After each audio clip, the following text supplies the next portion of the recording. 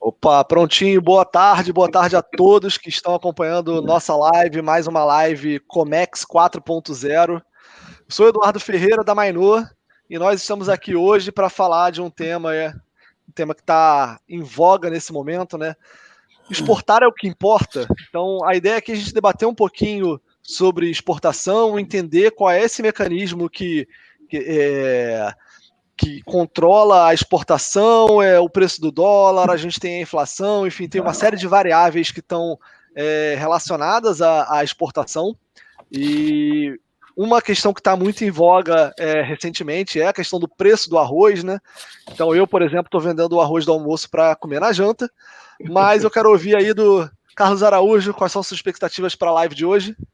Muito boa, Eduardo. A gente só tem fera aqui nesse nosso bate-papo para falar de um assunto extremamente importante. Se bem que esse exportar o que importa era o molde protecionista da década de 70 e 80, mas isso foi proposital, né?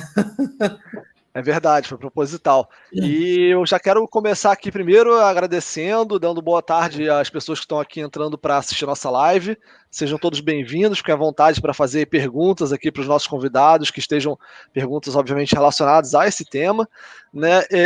Mas eu queria também aqui já passar a bola e pedir para o pessoal se apresentar, né? Explicar um pouquinho, que hoje a gente está recebendo aqui 3 feras, Arthur, o Gilvan e o Nivaldo. Então, vou começar aqui na ordem que eu estou vendo na tela. Arthur, por favor, você pode se apresentar e falar qual é a sua expectativa hoje para a nossa live. E obrigado por estar aqui conosco e ter aceitado o convite da Mainor de participar dessa live. Obrigado a vocês, obrigado pelo convite. É uma honra estar aqui com vocês. Já nos conhecemos tentando aí ajustar alguma linha de trabalho juntos, né? Eu sou vice-presidente da AEB, sou membro do Conselho Empresarial de Relações Internacionais da FEJAM, Federação das Indústrias do Rio de Janeiro. Esse exportar o que importa veio direto, eu matei no peito, dei 3 quicadinhas e chutei em gol. Por quê? Eu era da Cassex na década de 70. Então, a gente é que trabalhava assim, né? Não tinha caixa, tinha que segurar as importações e chutando a exportação para ver se ela passava por dentro do gol, né? Ia para dentro do gol. Né? Minha vida inteira eu passei também dando algum tipo de aula.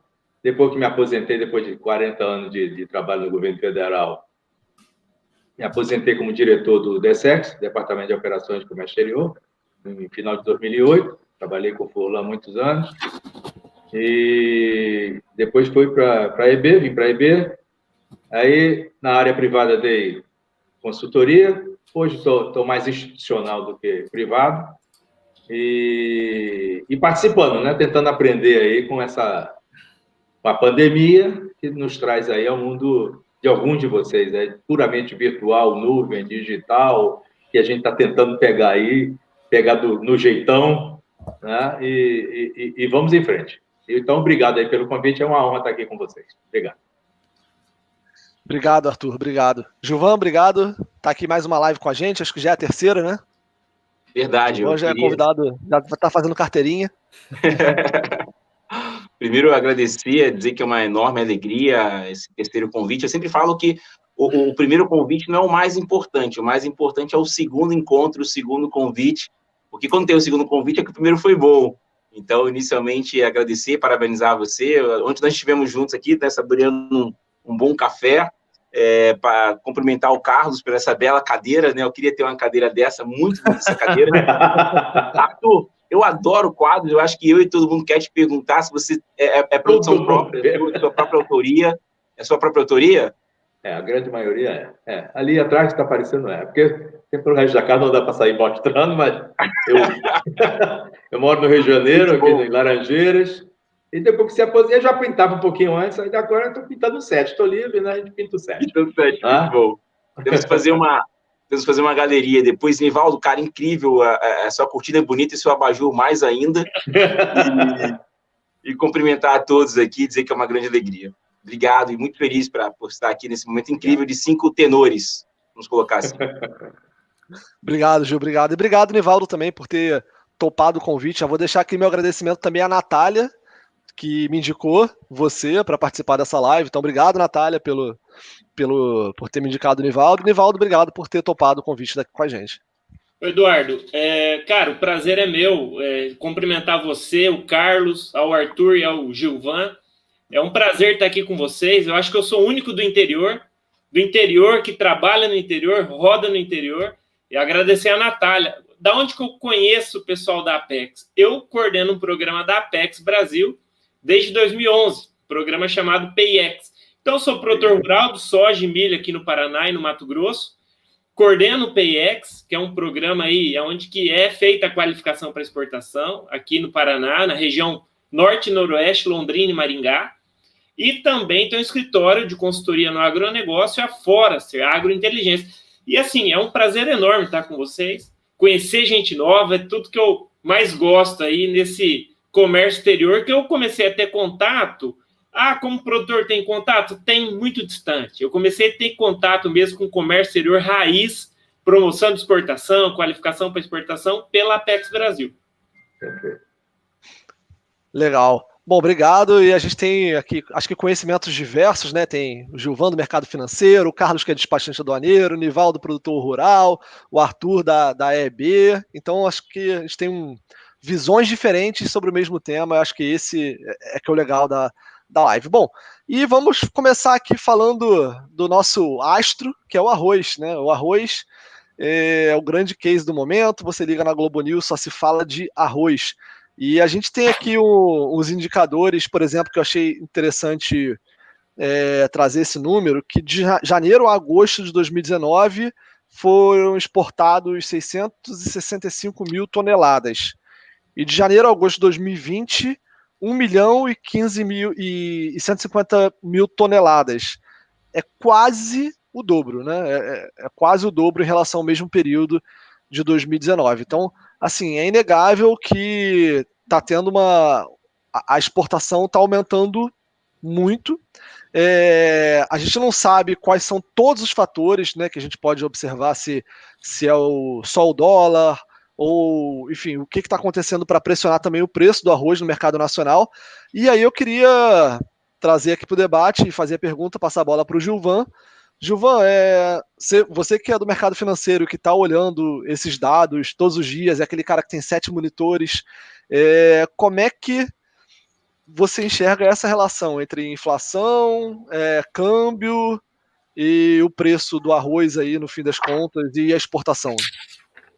Muito boa essa pergunta, porque você faz logo uma correlação. Eu sempre, acho que uma das teses que eu gosto de defender aqui na escola é como fatos isolados, quando parece que vai tendo um alinhamento e constrói toda essa destruição, né? Como disseram lá em 2018, uma tempestade perfeita. Então, está acontecendo uma tempestade perfeita que ela começa com um cenário muito fora, aqui que pouco a gente está falando.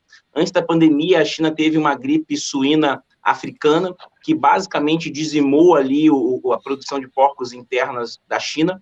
A China é um grande comprador é um grande consumidor de carne suína, importa bastante soja para alimentar essa cadeia, e ela teve que dizimar uma grande parcela, mais de 50% da sua produção, porque estava contaminada. Esse é um fato totalmente isolado, não estava no radar. Logo depois desse evento, nós tivemos ali uma pequena apreciação do dólar e uma desvalorização da moeda interna, que, quando se unifica com esse episódio de a China consumindo muito, tentando reabastecer os seus estoques, você começa a ter ali um cenário interessante como tem aqui o Arthur, que pode confabular junto com o Nivaldo também e o Carlos. A grande pergunta é, então, eu posso vender a real ou eu posso vender a dólar com apreciação de mais de 40%? E aí teve a pandemia, e até aí tudo bem. Então, a gente tem em economia chamado pass-through, que é a variação do preço dos juros, é um binômio, né? Câmbio e juros futuro, que é o pass-through, como isso influencia a produção. E aí o grande evento é o seguinte: 173 bilhões na economia via auxílio emergencial. Importante, não sou crítico, foi determinante, mas isso fez um conceito que Thomas Malthus, que ajudou lá o Charles Darwin a criar a teoria da evolução. Mais pessoas consumindo, menos pessoas ali produzindo, né, a produção caiu drasticamente, o Arthur pode apresentar alguns dados sobre isso. Então, esses 3 fatores, né, gripe suína africana, reabastecimento dos estoques na China, junto com a apreciação do dólar, e o exportador ali tendo que fazer, e no final, mais pessoas consumindo. Então, essa, na minha concepção, foram as 3 variáveis determinantes para esse aumento dos preços. Perfeito. E, Nivaldo, assim, você como produtor rural, né, além de consultor com a Forester, também é produtor rural, então tá ali realmente percebendo isso no dia a dia. Você consegue passar para a gente aqui quais são... Vamos aumentar um pouquinho esse escopo, né? A gente não vai falar só de arroz, obviamente. Sim. O arroz é o que está aqui em voga, né? Tá todo mundo falando, mas vamos falar de commodities no geral, e o setor agro no geral, né? Quais são os grandes compradores do agro brasileiro? O Gilvan citou a China, né? Mas existem outros. E como é que as outras commodities ou os outros produtos agro, eles também estão se comportando dessa mesma forma que o arroz? O preço está subindo, as exportações estão crescendo. Como é que você visualiza esse cenário? Então, só para fazer um adendo ali, o Brasil aumentou, né, as exportações do arroz 80%. Você trouxe os dados, né, do ano passado para esse ano, 80% entre janeiro e agosto, só que ainda não atingiu o que exportou de arroz em 2012. Então, já aconteceu uma exportação gigante do Brasil de arroz. Não está acontecendo só agora, tá? O que o Gilvan apontou muito bem. Pessoal ficando mais dentro de casa, consumindo mais. E só para trazer um dado aí, antes de entrar nos maiores compradores do agro brasileiro, o produtor de arroz, há 5 anos, vem tendo prejuízo. E o produtor de arroz vem deixando de plantar arroz. Então, ele vem tendo prejuízo em cima de prejuízo. O arroz é uma cultura muito cara, deprecia a máquina muito rápido. E o que acontece? Ele vem saindo um pouquinho de plantar arroz. Ele está diminuindo. Estou tendo prejuízo. Estou diminuindo a área de arroz, estou entrando na soja, estou entrando no milho. E muitos produtores saíram da atividade, o que a gente não gosta. Então, está concentrando a área de arroz na mão de maiores produtores, pequenos produtores saindo da atividade, indo para a soja, e a produção só se mantém porque o produtor brasileiro ele é o melhor produtor do mundo, seja de arroz, milho, soja, porque aquele que ficou na atividade, que aguentou os anos de prejuízo, ele está aumentando a produção por hectare. Então, assim, poderia ser bem pior se o produtor brasileiro não buscasse, ano após ano, aumento de produtividade por hectare. Entrando na sua pergunta, isso era um adendo que eu queria fazer, a excelente colocação do Gilvan a respeito do aumento de exportação, e eu queria colocar isso aí, que é o arrozeiro, o produtor de arroz brasileiro, vem tendo prejuízo. Teve lucratividade na última safra, 19-20, mas não foi uma lucratividade que ajudou a complementar os anos de prejuízo. Então, precisa de mais anos bons para dar uma equilibrada aí na oferta de arroz. Quem são os maiores compradores do agro brasileiro? A China é o nosso maior e mais importante parceiro comercial. O Brasil vem aumentando ano após ano a exportação para a China, mas nós temos também a União Europeia, Estados Unidos, Argentina e Japão. Eu coloco esses daí como os principais parceiros comerciais brasileiros. A China vem aumentando a compra aí nos últimos anos, de 2017 a 2020, aumentou 30% a importação dos produtos do agro brasileiro, com destaque na soja, com destaque do agro, né? Soja, milho, carne bovina, carne suína e frango. Então, complexo proteico. O Brasil tem que exportar mesmo, a China está com fome, a gente tem que produzir um pouco mais de produto agregado aí, carne, levar a soja para a China, dentro do frango, dentro da carne, enfim, agregar valor. Então, voltando para a sua pergunta, só para eu não sair muito fora aqui do tema, esses são os principais compradores do agro brasileiro. A China hoje é o mais importante parceiro comercial brasileiro. Beleza, e Arthur, fica à vontade para comentar assim, da sua percepção sobre esse tema, tá? Só vou aproveitar para ler o comentário da Melissa aqui, né? Ela falou, a China com um volume de 46,2 bilhões de dólares de importação, Depois tem Estados Unidos, Holanda, Argentina, Chile. Obrigado, Melissa, pelo comentário. Bom, é legal a Melissa fazer esse destaque, só pegando carona no comentário dela, que só na parte de soja, Nivaldo pode me ajudar junto com o Arthur, a China acho que consome 5% da produção mundial. Se eu não estou enganado aqui, a produção de soja, 5% da produção mundial é para a China. Eduardo, então eu queria fazer algumas colocações. Você pode disponibilizar para o pessoal aí aquela tela que eu te pedi? Claro. Dos países. Trouxe para a gente aqui um slide, já está na tela. Eu queria que vocês, não sei se vocês conseguem ler aí, o Eduardo falou de arroz, começou com arroz, depois passou para, deve ser outros produtos aí, né? Foi para o macroambiente, que é o nosso agronegócio. Então, eu diria, por que o agronegócio brasileiro está bem? Está bem na fita? Há uma série há um conjunto de fatores, internos, eu diria, principalmente, resultado de trabalho sério, técnico da Embrapa. Vejo muito pouca gente no Brasil elogiar a Embrapa. Embrapa todo dia o pessoal do Brasil tem que bater palma para a Embrapa. Não tem ações, não tenho nada, não sou sócio, não trabalho. Apenas sou um admirador do trabalho da Embrapa. Por quê? O resultado que a gente está esperando hoje começou nos testes, nas pesquisas da Embrapa.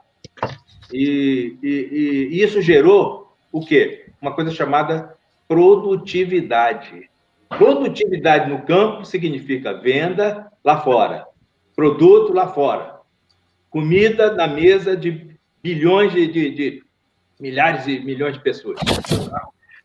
Então, eu queria começar, se vocês repararem, tem cinco países nos quais o Brasil se encontra, nos Estados Unidos, Rússia, China e Índia, que compõem determinadas características no mundo inteiro. Primeiro, a área agrícola, tem que ser um fator primordial aí, acima de 30 milhões de hectares, população acima de 80 milhões de pessoas e um PIB acima de 1 trilhão. Bom,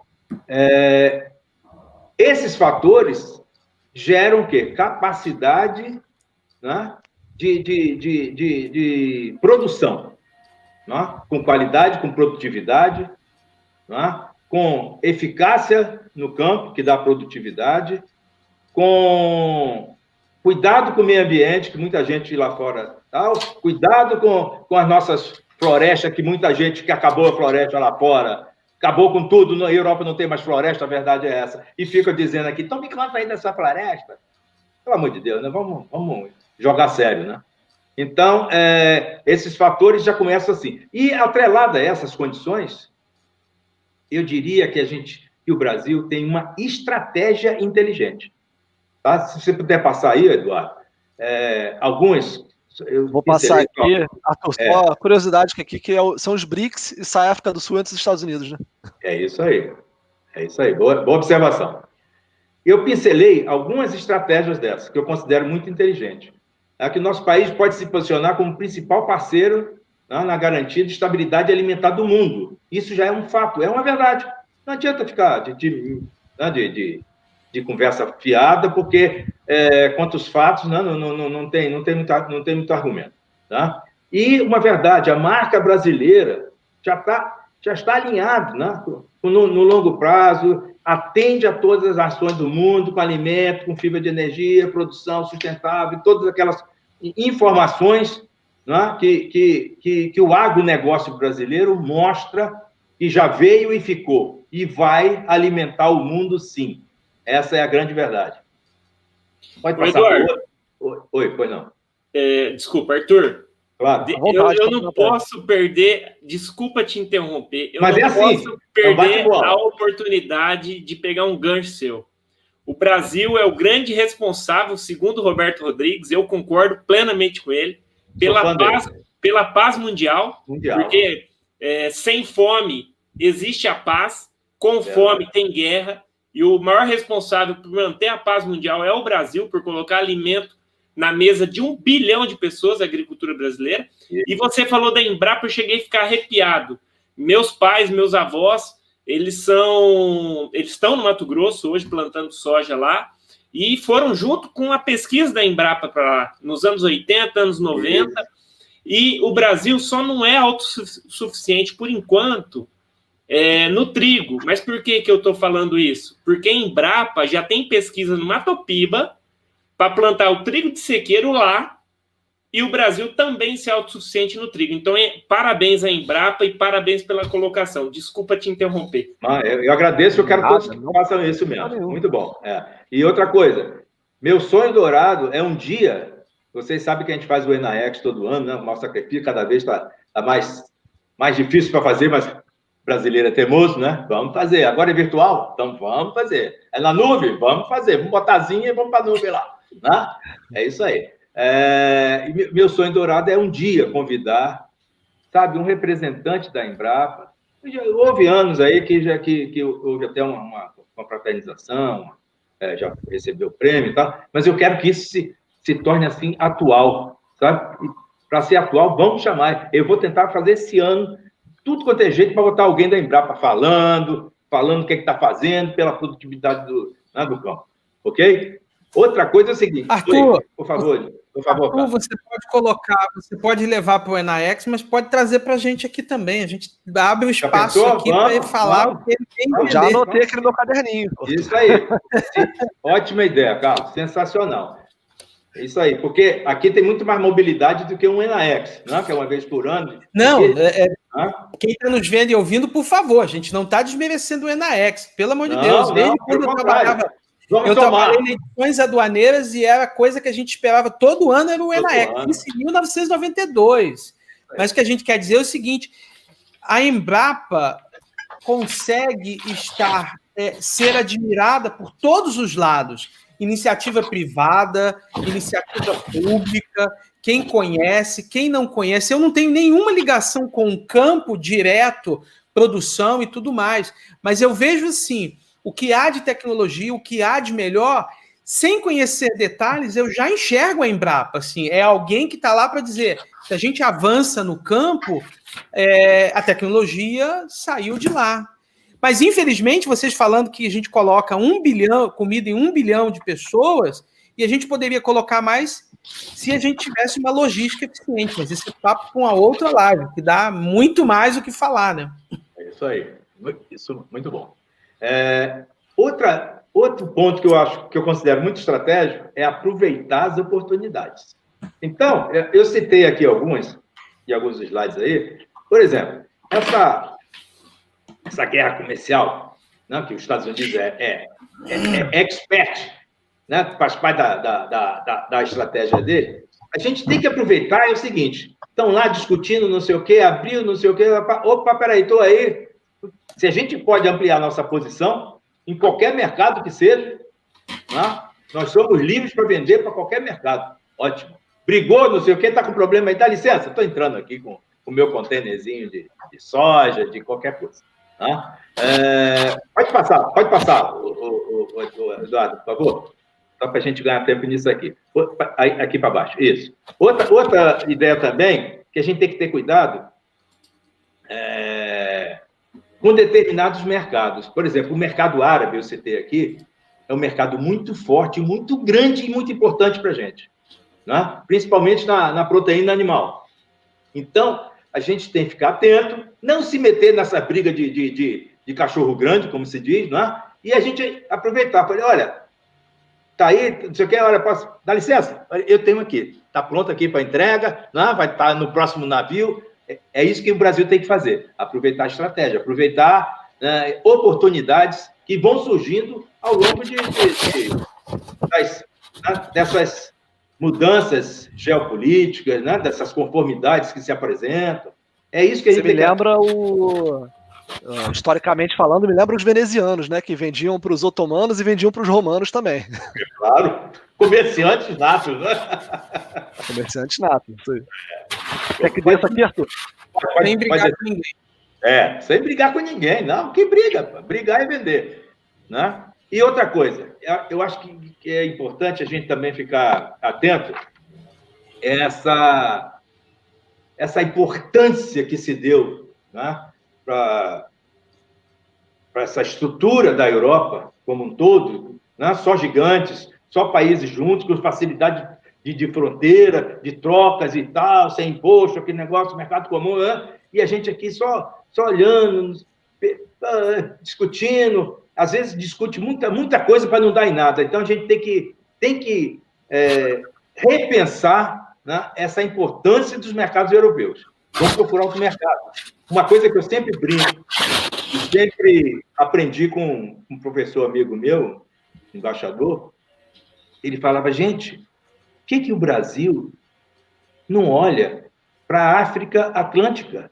Não é possível. Não é possível estar na nossa cara. A gente se encaixa nela, né?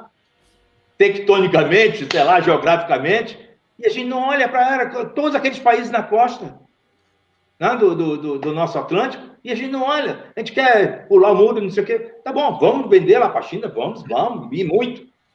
O Vietnã, para todo mundo, mas principalmente esses países aí que estão com fome e que estão mudando a estrutura social, né? O povo está cada vez mais tendo condições, o povo desses países que eu digo, né? Condições de comer melhor. Comer melhor significa quero comprar mais. Eles não dão conta da produção, que a gente sabe muito bem disso. Opa, o Brasil aqui, gente, ok, podemos oferecer, vamos vender. É por aí. Vamos embora. Arthur, se me permite, eu vi um vídeo do Nivaldo, se eu não me engano, você fazia uma projeção para 2050, não foi, Nivaldo? Você estava falando... Foi. É uma projeção do PIB, né? Então, nesse PIB, a gente tem os compradores ali. É só olhar o aumento do PIB. Eu não gosto muito de olhar muito longe, não, porque a gente não sabe... Veio o coronavírus e atrapalhou tudo quanto é planejamento que tinha por aí. Então, a gente tem que olhar um pouco mais próximo. Mas olhando o PIB aí em 2050, a gente tem China e Índia, que é o próximo player que vai vir babando pelos produtos brasileiros. E o que o Arthur colocou, eu concordo em gênero, número e grau com o Arthur. O Brasil tem que ampliar mercado, tem que buscar. O Brasil, de 2019, de janeiro de 2019 para cá, já abriu 70 novos mercados para produtos do agro brasileiro, sendo 30 mercados novos somente em 2020. Então, hoje o Brasil já atende 170 mercados, 130 só com as carnes brasileiras.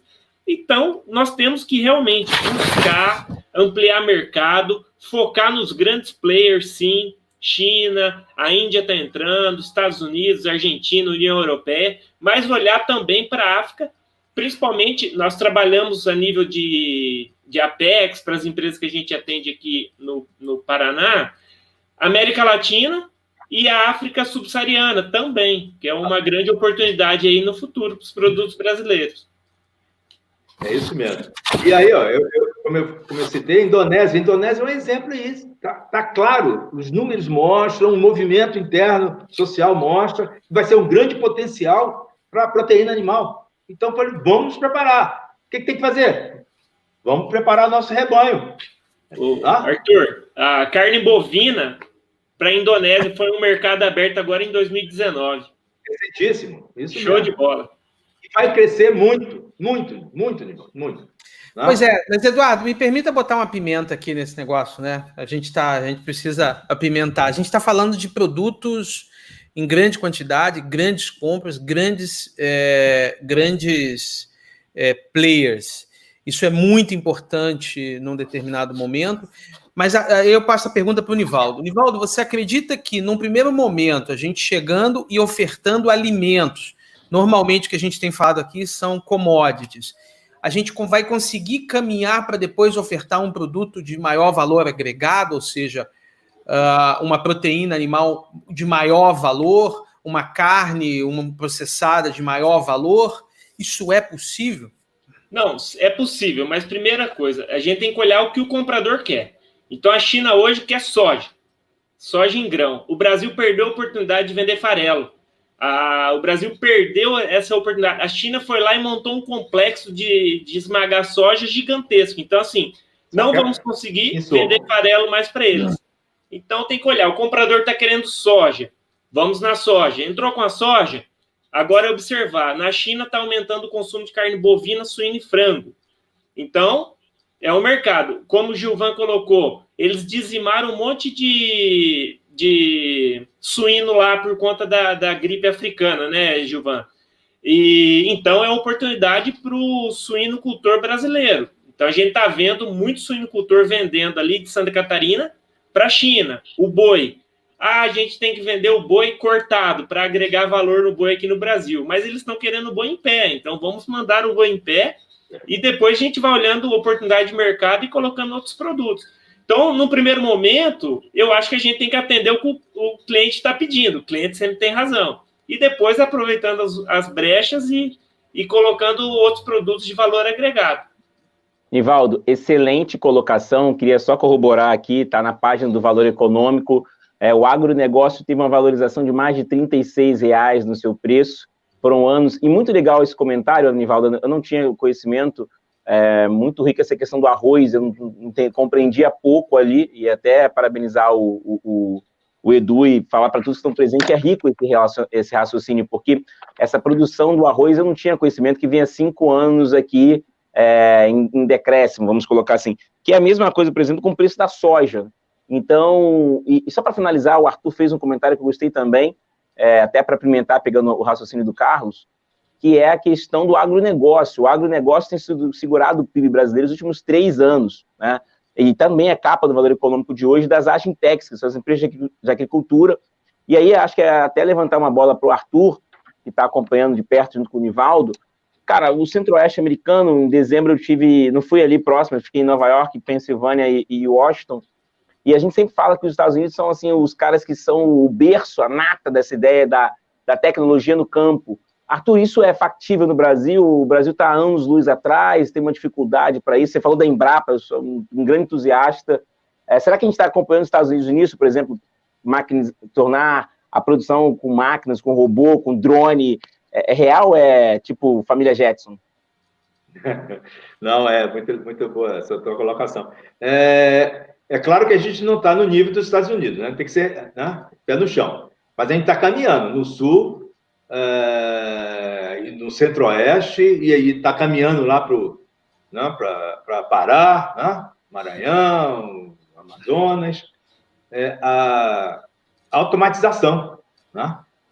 Automatização do campo. Isso aí hoje em dia, o plantador de soja não pode pensar em enxada, né? Não existe enxada mais lá, né? Então, todas essas grandes culturas. E eu acho que o Brasil está começando a caminhar, e é incrível. O ano passado, eu sempre acompanhei, minha vida inteira, eu estou falando de agronegócio, né, cheio de pose, Embrapa, mas minha vida inteira foi máquinas e equipamento, bem de capital. Eu fui criado nisso. Né? Entrei na Cassex e só cuidava de projeto de bem de capital, CDI, Conselho de Desenvolvimento Industrial, né? Projetos que fomentassem aí a melhor industrialização do país. E a gente, claro, que teve o boom, depois teve a queda. Hoje em dia, eu estou vendo aí, de 2018 para cá, com muito esforço, os fabricantes de máquinas e equipamentos, principalmente do Sul, fabricando e vendendo muito. Né? O pessoal está comprando, porque o campo está se expandindo, a área agricultável está aumentando. Né? O fator produtividade que eu falei anteriormente é muito em função do maquinário existente, né? Da automatização existente. Então, é uma realidade que não está muito distante da gente, não. Viu? Ô, Eduardo, Gilvan, eu só vou discordar um pouquinho do Arthur. Claro. Do Arthur e principalmente do Pedro Vaz de Caminha, que escreveu aquela carta lá para Portugal, dizendo assim: aqui tudo que se planta dá. Eu sempre, quando eu vou para o São Paulo, Curitiba, capital maior, que eu falo que eu sou produtor rural, trabalho no agronegócio, o pessoal olha para mim e fala assim: é fácil, né? Aqui tudo que se planta dá.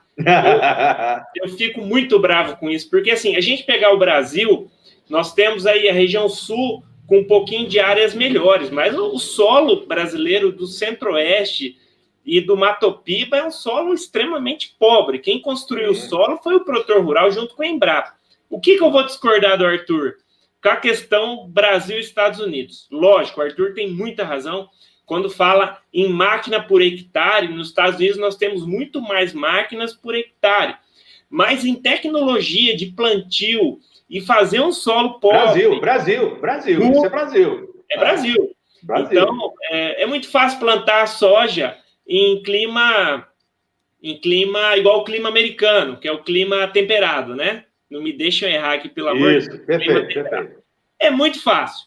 Planto soja, uso 2, 3 produtos lá, colho a soja, o milho, vem a neve, acaba com todos os meus problemas. A neve mata tudo quanto é fungo, inseto, mantém minha camada de palhada, mantém minha proteção no solo. Brasil, eu estou plantando soja, já tem doença do milho, segunda safra, entrando na soja, uma loucura, solo pobre, matéria orgânica derrete no solo com esse nosso calor, 6 meses sem chover em área agrícola aqui. Então, assim, tecnologia no solo, plantio, fazer área pobre virar em soja, Brasil.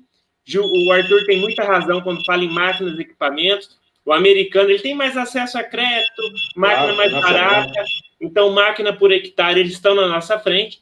E tecnologia é aqui. Eu falo assim, região inóspita, a tecnologia deu uma invertida, Arthur, no agronegócio. Antigamente era do sul para cima. Então, a tecnologia daqui ia para o centro-oeste, para o Matopiba. Agora está ao contrário. A gente pega a região... Espera que está dando um eco em algum lugar aqui. Não sou eu. Acabou. Beleza. Agora a gente pega a região mais inóspita de clima, que é o Matopiba. Para quem não conhece o Matopiba, eu falo Matopiba e tem muita gente que não conhece, né? Matopiba é a região que compreende ali Maranhão, Tocantins, Bahia, Piauí. Matopiba, que é esse a nova fronteira agrícola. Então é uma região muito inóspita, ruim de clima. Então hoje a gente vê a tecnologia vindo de lá para cá. O Sul, não que o Sul parou no tempo, mas por ter já uma agricultura consolidada, solos mais férteis, a tecnologia se inverteu no Brasil, está vindo de lá para cá, do centro-oeste para cá. Era só... discordar só um pouquinho, mas concordando, tá, Arthur? Pelo amor de Deus. Não, perfeito. Discordar aqui... Arthur, você está mutado. Discordar aqui é assim que a gente constrói, né? Nos bons debates. Tu pensou? Não. Agora já voltou o som. Eu só queria fazer um adendo rapidinho, que esse estudo já tem até mais tempo, já existem mais de 300 startups de tecnologia destinadas ao agro no Brasil, tanto que aquela empresa chamada Startse, que é bastante conhecida de tecnologia, já tem um evento só para agrotech, que eles falam até nesse evento que nós vamos ser 10 bilhões de humanos em 2050, então ele já projeta isso 2050, que a gente já utiliza cerca de 70% da água doce disponível, enfim, coloca os desafios que o agronegócio vai ter aí até 2050, e as startups e tecnologias estão muito fortes no Brasil, tem fundos de investimento já específicos para investir em startups de agro, então é um mercado bem promissor, bem interessante. Muito forte. Viu, Nivaldo? Quando eu falei assim, indo procurando o norte, né, nordeste, uma tendência de procurar novas terras, tá? Sim. Claro que quem sofre mais é que gera mais, né, tecnologia e pode mandar. E o maquinário, é claro, né, é a produção. Hoje em dia não pode ser abrir mão de maquinário, né? Só pegar um... Vai, fala, Nivaldo. Não. Primeiro, obrigado. Acho que você está falando um ponto... Tá me ouvindo? Sim. Estava sim. Então, no Brasil, há 6 ou 8 anos atrás, surgiu uma empresa chamada Brasil Ecodiesel, né, que pegava ali um óleo específico, e eu acompanho o case de perto. Hoje ela é Brasil Agro, uma empresa listada em Bolsa de Valores, para quem quiser se aprofundar. Ela tem um estudo muito legal sobre campos de produção e lucratividade por terra.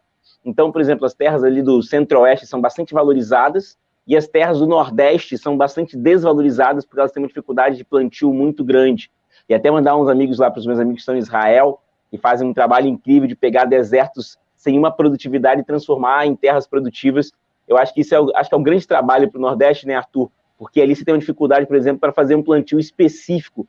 Consegue-se fazer bons vinhos já, mas acho que um plantio mais tipo soja, As grandes produções são difíceis, né? Você concorda com isso, Arthur? Eu concordo em parte, mas, por exemplo, se a gente pegar ali na vizinhança, ali no Juazeiro e Petrolina, né? É um exemplo clássico, né? Tem uva de primeira categoria, exporta manga por mundo inteiro.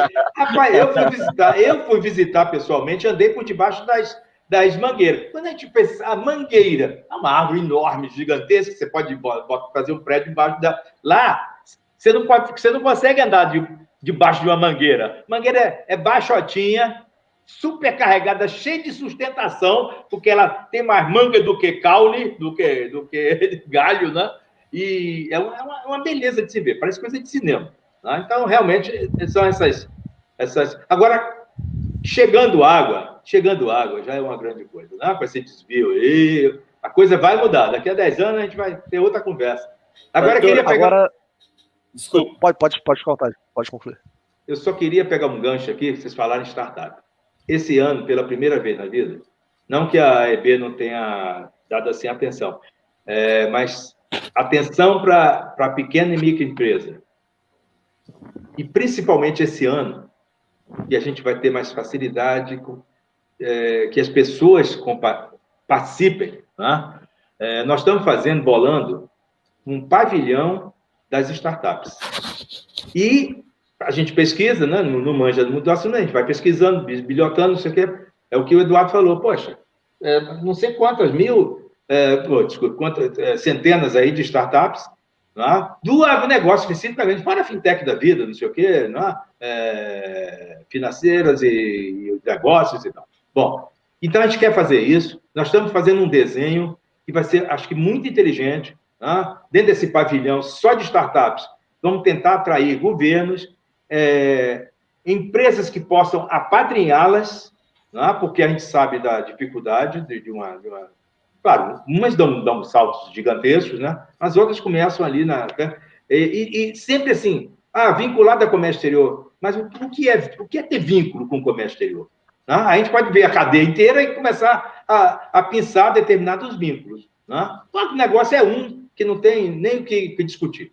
Né? Então, eu vou precisar muito da ajuda de vocês aí, que vocês são sintonizados nisso. Não, né? Você está falando, Arthur, eu já até lembrei, eu participo de um grupo de startups que tem, por exemplo, uma empresa, eu acho que o caminho é tão grande, né, que tem uma startup lá que é dedicada a conectar investidores com pessoas que precisam de crédito para plantação de café. Então, olha o nível de especificidade, né, o nível de soluções particulares que você pode... Só sei que esse pessoal, esse CEO de startup, parece que o pessoal é de outro mundo, cara. Que capacidade de imaginação, e sabe assim... Estou vendi meu apartamento, estou botando no meu sonho, não sei o que, rapaz, que pode não dar certo. No dia seguinte, é tudo no escuro, rapaz, eles são muito corajosos. Conhece isso, Gilvan? Gilvan está indo ali. Tá fazendo isso agora. Muito legal. Não, eu vou precisar muito da ajuda de vocês, cara, porque, sabe, claro. Como a gente não tem essa capilaridade toda, então a gente vai precisar de ajuda. Então eu falo, olha, tive ideia, você quer convidar? Pode, por favor. Vamos reunir esse pessoal e vamos fazer. Porque a gente teve só um minutinho.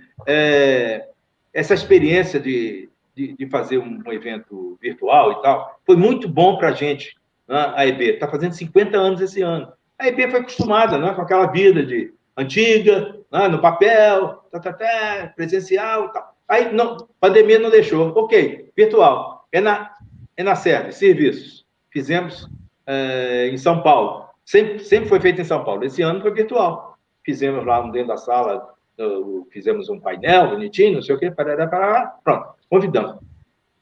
Um evento que a gente só fazia em São Paulo, que participava mal e porcamente, Rio-São Paulo, um evento de serviço. Esse ano a gente conseguiu, com essa modalidade virtual, 19 países, meu amigo. Eu fui moderador de 2 caras ao vivo do Peru e do Uruguai, falando sobre serviço. A gente teve que descascar lá o portunhol nosso, não sei o quê, e eu falei, pô, é um outro mundo. São outra diversificação. Então, eu estou acreditando muito nisso e acho que vai ser muito importante a gente dar uma atenção, né, com esse modelo de pavilhão de startup e aí acho que a gente vai atrair. A Apex está pedindo ajuda para a gente fazer capacitação de startups, não sei o quê. Pô, que legal. Legal, Arthur. Parabéns. Vamos para frente. Vamos para frente, eu posso fazer só um adendo ali do Arthur? Só aproveitar duas falas dele, rapidinho? Eu sou fã do Nordeste, Arthur. O Brasil... Eu sou baiano, pô. Aí, ó, eu sou fã, mas com olhos... Eu sou apaixonado pelo agronegócio, vocês estão vendo, né? Então, você falou das frutas, da uva. O Brasil hoje tem os melhores espumantes e o melhor vinho Merlot do mundo. E o melhor espumante do mundo está no Brasil. Tá? Não está lá na França, está em lugar nenhum. Está aqui. E o Nordeste, a gente já tem lá Miolo, tem várias empresas lá. E agora, com a transposição, com a questão da água, a FICO, né? Que é a rodovia lá que vai ser terminada, a Ferrogrão no Mato Grosso, elas vão se interligar todas. O Brasil do agro vai explodir. Então, era isso que eu queria pegar. Explodir de muito bom. Explodir de bom. E com relação a... Aí a gente tem cachaça, café, aqui está tudo caminhando. Agora, assim, o café não é mais só em Minas, lógico, a melhor grande produção é Minas, mas temos café na Bahia, temos café para todo lado. Tem no Espírito Santo também. Espírito Santo é os melhores cafés. Terra. Cachaça, Minas. A cachaça está caminhando, nós temos muita cachaça boa aqui no Paraná, veja bem. Já a cachaça, já estou ouvindo falar em cachaça no Rio Grande do Sul. Mas um outro adendo que eu queria falar com vocês, a gente também atende startup no nosso escritório. Eu não falei, mas a gente atende jurídico, gestão, inovação e tecnologia. A startup eu vejo com excelentes olhos a startup no Brasil. Única coisa que o pessoal tem que tomar cuidado com startup. Ele tem que olhar se a startup vai gerar mais receita ou melhorar processo. Isso. Se isso não acontecer, a startup de uma inovação vira uma invenção. Então, é a única coisa que a gente fala para os nossos clientes. Está gerando novas receitas, está gerando melhoria de processo, que é para reduzir, né, algum custo. Se tá, ok. Se não, é invenção, parte para outra. Mas Anivaldo, eu falo que assim, na verdade, as empresas só compram 3 coisas possíveis. Ou você compra aumento de receita, estou comprando algo para aumentar minha receita, ou estou comprando algo para reduzir meu custo, que aí tá melhorar processo, enfim. Ou a terceira opção, eu estou comprando algo de compliance. Eu tenho que comprar porque o governo me obrigou, eu preciso prestar contas, digamos assim. Acabou. Se você não vende uma dessas 3 coisas, você está fora do mercado. Eu acho que o Gilvan também queria colocar alguma coisa.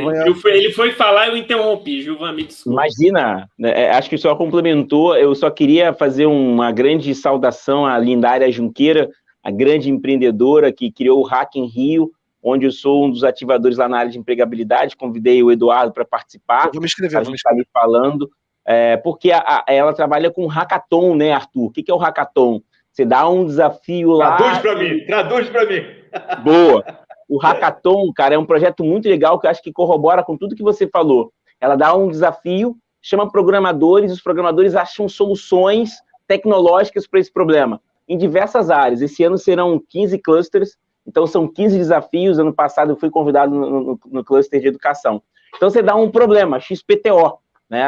E aí os programadores têm que achar soluções para resolver esses problemas em 36, em 48 horas. Eles ficam ali mergulhados nesse problema. Acho que a gente poderia sair daqui com o hackathon do agronegócio. Tem um problema, vocês têm 48 horas para achar uma solução, depois você manda os direitos autorais aí para Mainô, para mim, fica tudo certo. Arthur, depois eu vou te mandar o contato do Gilvan e você já acerta aí, ó.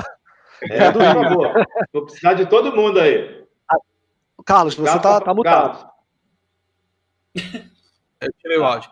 Mas então... Tem uma coisa muito interessante que a gente não discutiu aqui e também não é o nosso foco.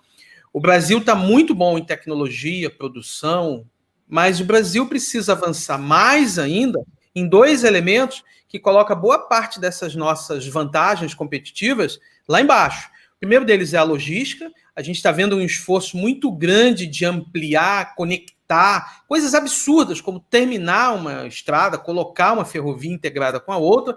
Esse é um ponto que envolve dinheiro, muito investimento, mas o Brasil também, desde 2013, está passando por um processo de redução da burocracia, do peso do Estado operacionalmente sobre quem quer exportar. E aí é uma praia que eu vivo todo dia. A gente, em 2013, eu preenchia 96 campos para se fazer uma exportação. 96 campos. Era absurdo. Eu emiti um registro de exportação, depois eu emiti uma nota de exportação, depois eu voltava lá e emitia uma declaração de exportação, e depois eu emitia uma fatura comercial, um packing list, conhecimento de embarque. É absurdo um negócio desse. Assim, inadmissível. Isso em 2013 para cá. 2017, graças a Deus, a gente jogou isso tudo para um ralo e hoje a gente preenche aproximadamente 40 campos. E aqui eu estou dando números, sabe? 40 campos para a exportação ser feita, uma série de coisas que... Diga, Gilvan. Não, eu quero rapidamente, Carlos, não quero atrapalhar seu assunto, estava até esperando você acabar, mas tem um ponto interessante que é o seguinte, quem quiser pegar esse desenho bonito que o Carlos fez, leia um livro chamado Os Magnatas, que mostra como os Estados Unidos tomaram a potência. Abraham Lincoln, ele foi muito feliz quando ele desenhou a maior malha ferroviária dos Estados Unidos, que escoa toda a produção. E a gente aqui bateu no Irineu Evangelista de Souza, vulgarmente chamado Barão de Mauá, que tem 100 anos que ninguém consegue terminar o trabalho dele, Carlos. Eu acho que você falou é muito feliz, assim, a logística poderia estar 100 anos na frente, mas a gente bateu no Irineu. Pois é, mas a logística, se a gente ser assim, senta todo mundo a uma mesa e fala, vamos resolver a logística, tem que ter muita grana. E não é construir uma ponte, uma ferrovia, não é um negócio que, assim... Outro dia alguém me deu um número que eu não sei saber se é verdade. Quantos milhões de dólares representa cada quilômetro construído de ferrovia? Sabe, é um negócio abissal. Mas quando a gente fala no marco legal, processual e a obrigação que o Estado impõe sobre um formulário, um papel, uma obrigação adicional que poderia ser arrancada, e está sendo de 2013 para cá, você fica se perguntando, caramba, por que eu não fiz isso antes? Então a mensagem é, 2014 para cá, o governo realmente sentou ao lado da iniciativa privada e não disse, eu quero assim. Não, o governo passou a falar o seguinte, eu preciso assim. Como é que a gente pode fazer o melhor para todo mundo? E aqui não é presidente, porque a gente já passou por 3. É Estado. O negócio está funcionando. E aí você pega a Receita, todos os órgãos, iniciativa privada, AEB, Procomex, para dizer o seguinte, gente, a gente consegue controlar tudo isso de uma forma simples. A pandemia está mostrando isso aí. A CNI publicou um relatório. Relatório, exatamente o que eu ia falar. A CNI publica um relatório que da última vez, eu até parei de falar número, mas da última vez que eu vi, estava em 89 mudanças feitas no comércio exterior da pandemia para cá. Eu só quero o seguinte, quando acabar a pandemia, se alguém vai ter a coragem de retroceder essas 89 flexibilizações. Eu quero ver isso. Sem volta. Excelente ponto. Agora agora é minha vez de colocar uma pimenta no assunto. E vou puxar o cara que gosta de jogar bomba, que é Carlos. Carlos. Não, agora olha só, quero pegar esse comentário até aqui do Eduardo, o Eduardo Aloysio. Um abraço aí, Eduardo. Nós já nos conhecemos lá em São Paulo uma vez. Ele fala, não só o agro está sofrendo, estamos com sérios problemas de falta de matérias-primas do plástico, metais, etc. Exportaram, aí essa frase, exportaram para a China o que deveria abastecer no mercado interno. Recentemente a gente viu o Trump proibindo a 3M de exportar. Vou jogar essa pergunta para o Carlos, que eu já sei qual é a opinião dele, então é justamente para jogar a bomba. E aí, Carlos, aproveitando aqui mais uma informação, né? O governo recentemente zerou o IMI do arroz. Né? Falou, vamos zerar o imposto de importação do arroz como uma medida para que temporária para a gente importar mais arroz. Como é que você vê essas interferências do governo na economia? O governo deveria fazer alguma coisa para que o Brasil exporte menos ou importe mais? Ou como é que você enxerga isso? E depois eu quero também saber a opinião de todo mundo aqui. Pois eu tenho certeza que é um tema que divide opiniões. É polêmico, claro. Com o viés liberal que eu tenho, para mim, assim, eu acho que o Estado, interferindo do jeito que ele interfere, ele atrapalha. Mas é uma proteção. Pois é, cuidado com essas proteções pontuais que o mundo inteiro barrou, que o mundo inteiro fez, como um projeto de Estado. A proposital do que a gente falou assim, exportar o que importa, era a década de dizer o seguinte, os países têm que vender muito mais e parar as suas importações. Pois é, aí a gente pega uma teoria de 1700 que diz que ninguém produz tudo aquilo que consome. Claro. Então, vai lá, vê o que você mais faz, o que recebe mais receita, foca naquilo, e o que não puder, você compra. E a história já mostra pra gente que todos os países aonde o mercado é aberto, é livre, isso, no geral, gera mais eficiência e mais lucratividade para toda a população. Então, quando eu vejo um governo batendo palma, e aqui eu não estou falando de presidente, estou falando de Estado, dizendo, zeramos a alíquota do arroz. Só agora? Só agora que você fez isso? Ah, mas os produtores locais têm problema. Mas eles têm problema por causa da alíquota?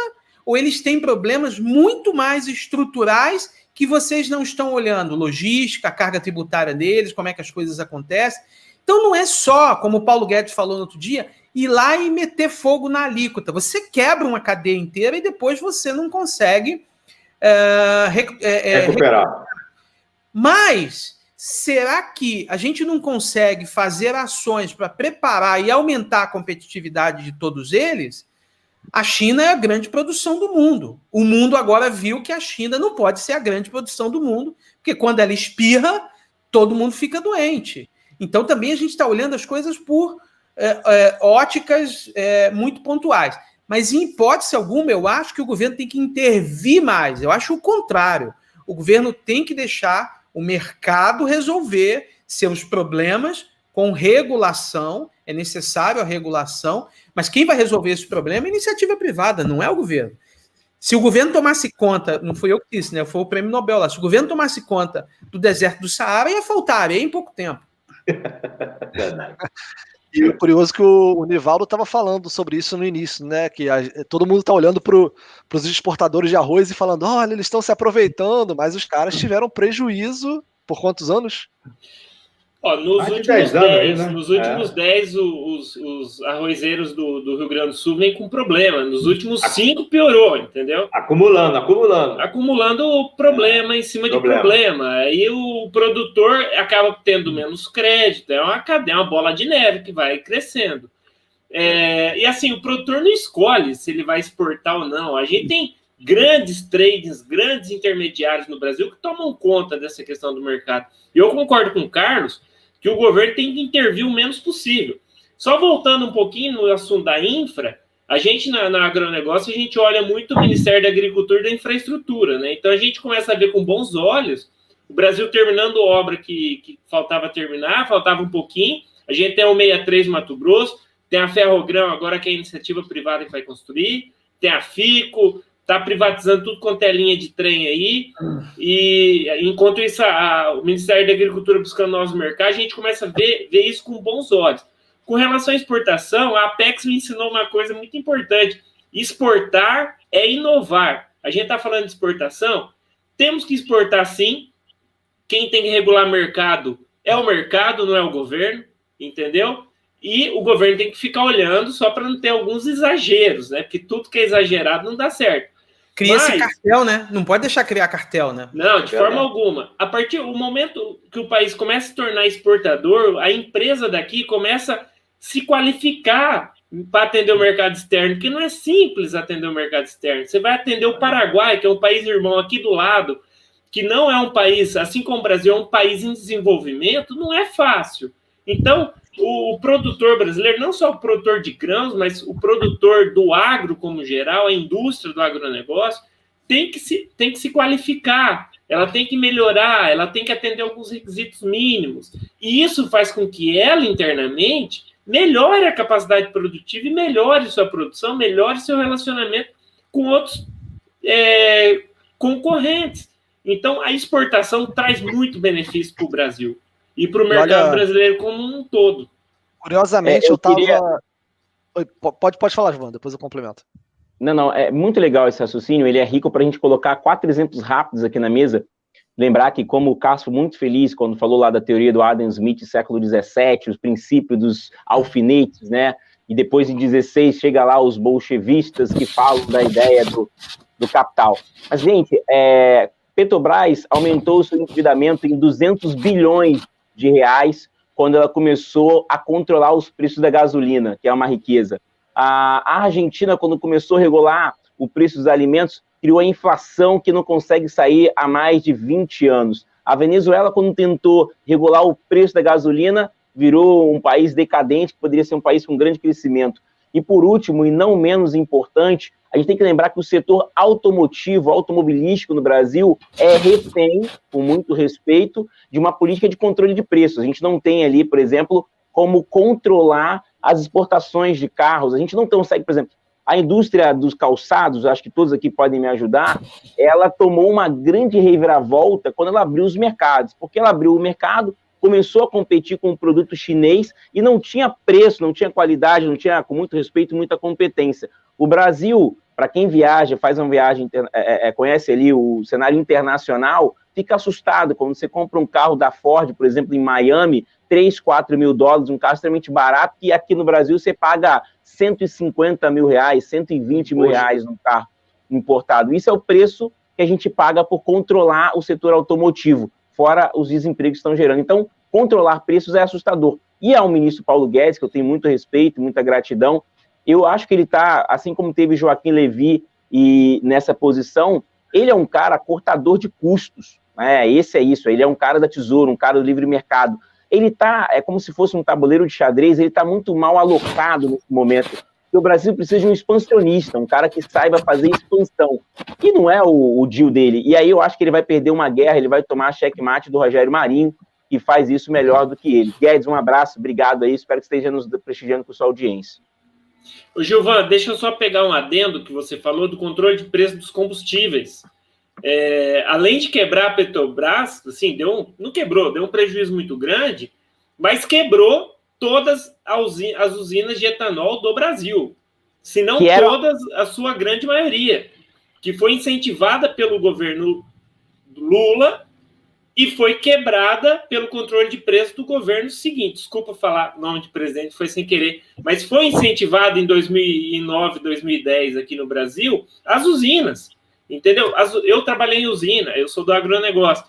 As usinas no Brasil, elas têm a capacidade de gerar energia de uma Itaipu, entendeu? E foram subaproveitados, porque teve controle de preço, o etanol deixou de ser competitivo frente à gasolina, né? O açúcar no mercado internacional caiu, foi uma quebradeira geral. Eu conheço cidade que morreu, cidade que tinham 2, 3 hotéis, cidades pequenas do interior, que a usina quebrou, simplesmente quebrou o comércio da cidade toda. Então, só para fazer um adendo aí do controle de preço, que gerou esse desgaste e muito desemprego no setor de etanol do Brasil, que agora tenta voltar com muita dificuldade. O Carlos acabou ponto. a polêmica aqui, ótimo. Ele caiu, mas daqui a pouco ele está de volta. Ótimo ponto, só para falar de um setor que a gente acaba esquecendo, né, que é o setor de teletransmissão, instrução, eu me esqueci aqui, não sei se é 528 ou 527, que foi a precificação das usinas hidrelétricas. O Arthur deve ter acompanhado, você também, Nivaldo. Acabou com o setor, né? Você viu Companhia Transmissão Paulista, várias empresas foram dizimadas. Quase a gente tem um apagão, poucas pessoas falam sobre isso, mas o Brasil pagou um preço alto por mexer numa regulamentação que estava ok. É o tal da insegurança jurídica, que é um grande fantasma para o Brasil. A gente tem que dar sustentação jurídica. Olha, eu fui governo 40 anos, e a gente tem que respeitar os governos e tal, com defeitos. Agora, Furlan dizia, governo bom é aquele que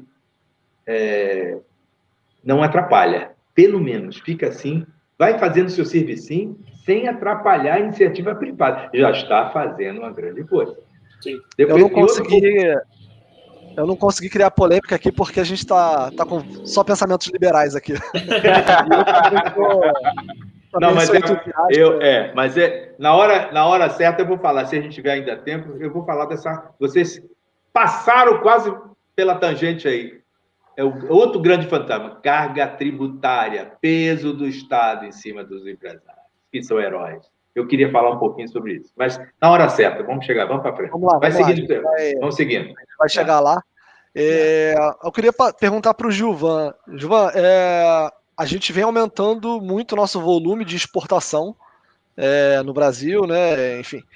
E com esse aumento de exportação, por que está acontecendo que o real não valoriza frente ao dólar? Como é que funciona essa dinâmica? O que você pode passar para a gente? Essa resposta, ela está aí nas manchetes, não é um telhado, é um teto de gasto. A gente precisa só voltar a um step anterior. Quando o governo, vou ser cuidadoso como o Nivaldo foi, quando o Brasil conseguiu controlar a inflação, eu sou jovem aqui, tenho 39 anos, com muito respeito, Arthur, eu acho que você viveu um Brasil diferente. 69, você viveu a hiperinflação melhor do que ninguém. Não, 69 de idade, eu. Tá jovem, nem parece. A hiperinflação dizimou o Brasil, a gente paga um preço muito alto. Por exemplo, a gente fala de educação financeira, que é um tema aqui na escola, mas é porque o Brasil tem uma moeda de 25 anos, tá, Eduardo? E nossos ouvintes aqui, a nossa audiência. É 25 anos que o Brasil tem uma estabilidade de preços. E essa estabilidade de preços, ela foi construída por 3 premissas, tá? Teto de superávit primário, ou seja, arrecadar mais e gastar menos, meta de inflação, a gente já chegou em 2016, perdeu um pouco isso, inflação a 10%, e câmbio flutuante, que nós não praticamos o câmbio flutuante, o governo acaba intervindo, a gente chama de câmbio sujo. Então essas foram as 3 premissas que um governo conseguiu combater a inflação.